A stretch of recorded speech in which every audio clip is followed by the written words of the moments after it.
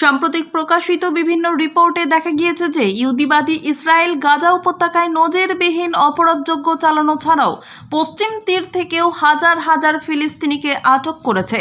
ফিলিস্তিনি বন্দী বিষয়ক সংস্থার সর্বশেষ প্রতিবেদনে বলা হয়েছে, 7ই অক্টোবর গাজার বিরুদ্ধে যুদ্ধ শুরু হওয়ার পর থেকে জর্ডান নদীর পশ্চিম তীর থেকেও ইসরায়েলি সেনারা এই পর্যন্ত 10,700 জন ফিলিস্তিনিকে আটক করেছে। এ বিষয়ে ইরান ভিত্তিক সংবাদ সংস্থা পাস টুডে জানায়, ইসরায়েল এই সময়ে গাজা উপত্যকা থেকেও হাজার হাজার ফিলিস্তিনিকে গ্রেপ্তার করেছে। এই প্রতিবেদনে বলা হয়েছে, গত 28শে অগস্ট থেকে পশ্চিম তীরে নতুন করে ইসরায়েলের হামলা শুরুর পর এ পর্যন্ত 50 ফিলিস্তিনি নিহত হয়েছে।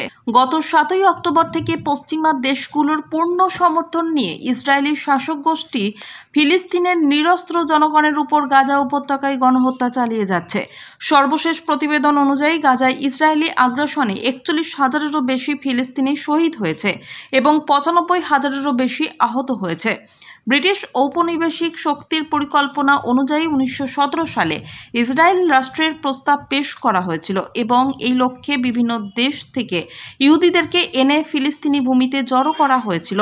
এরপর 1948 সালে আনুষ্ঠানিকভাবে ইসরায়েলি রাষ্ট্রে অস্তিত্ব ঘোষণা করা হয়। তারপর থেকে ফিলিস্তিনি জনগণের উপর গণহত্যা এবং তাদের সমগ্র ভূমি দখলের প্রক্রিয়া অব্যাহত রয়েছে।